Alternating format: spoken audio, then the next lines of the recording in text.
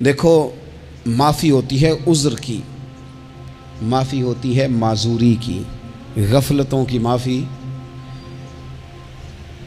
جب ہم اسکول میں پڑھتے تھے، مدرسے میں پڑھتے تھے، تو جس بچے کا پتہ چل جاتا تھا نا یہ بیمار تھا، اسے مارنی پڑتی تھی۔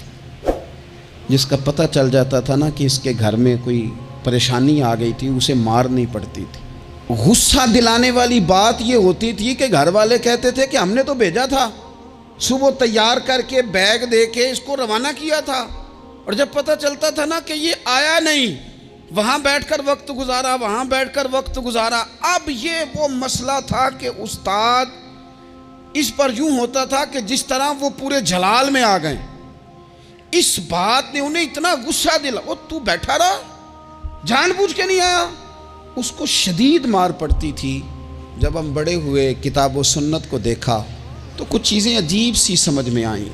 سیاستہ میں حدیث موجود ہے کہ صحابہ کرام علیہم رضوان فرماتے ہیں کہ ایک جنگ کا موقع تھا، تو وہ رستے بڑے سخت تھے، دشوار گزار گھاٹیاں تھیں، بڑی مشکل سے ہم نے وہ راہیں طے کی۔ ہمیں لگا کہ اس جہاد پر ہمیں بہت اجر ملے گا، اور پھر ہمارے دلوں میں یہ بھی خیال آتا تھا کہ فلاں فلاں فلاں فلاں تو صحابی آئے نہیں، وہ تو گھر میں رہے۔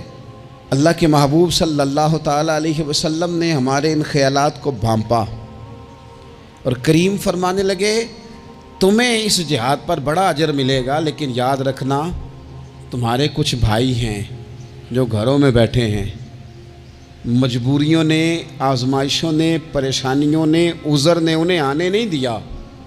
جتنا تمہیں صبر کر کے، مشقت جھیل کے، سفر کر کے جہاد کا ثواب ملے گا، اتنا ہی انہیں گھر بیٹھے بیٹھے بھی ثواب ملے گا۔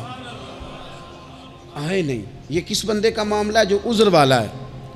اور اگر کسی کے اجتہاد میں غفلت ہو گئی، حضرت کعب بن مالک رضی اللہ تعالیٰ، یہ بھی صحیح بخاری میں، کل چلا جاؤں گا، حضور تو جہاد پہ چلے گئے لیکن اجتہاد میں غفلت ہو گئی، کل چلا جاؤں گا، پرسوں جاؤں گا، ترسوں، فرماتے ہیں میں جا ہی نہیں سکا، حضور واپس آ گئے۔ جن منافقوں نے جھوٹ بولے جا کے کہ یہ مسئلہ ہو گیا تھا، یہ مسئلہ ہو گیا تھا، ان کو تو مل گئی معافی، لیکن میں چونکہ مخلصین میں سے تھا خدا کے فضل سے، اور ہو گئی تھی غفلت، 50 دن نبی کریم مجھ سے ناراض رہے۔ 50 دن اللہ کے لیے کہ تو رب کے رستے میں جہاد کرنے نہیں آیا، 50 دن حضور ناراض رہے۔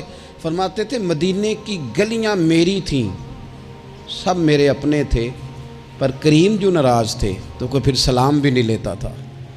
مجھے یوں لگتا تھا کہ مجھے دیکھ کر ہوائیں اور فضائیں بھی رستے بدل جاتی ہیں۔ 50 دن میں مسجد میں آتا تھا، جب میں چہرہ ادھر کرتا تو حضور مجھے دیکھتے، اور جب میں حضور کو دیکھتا تو کریم چہرہ بدل لیتے۔ میں ویکھاں تے یار نہ ویکھے، تے جدوں نہ ویکھاں ادوں ویکھے، ایڈے نصیب کتھوں تتڑی دے، میرے وچ ویکھن دے ویکھے، غلام فریدہ بوئے یار دے مرنا ہے، پاویں ویکھے یا نہ ویکھے۔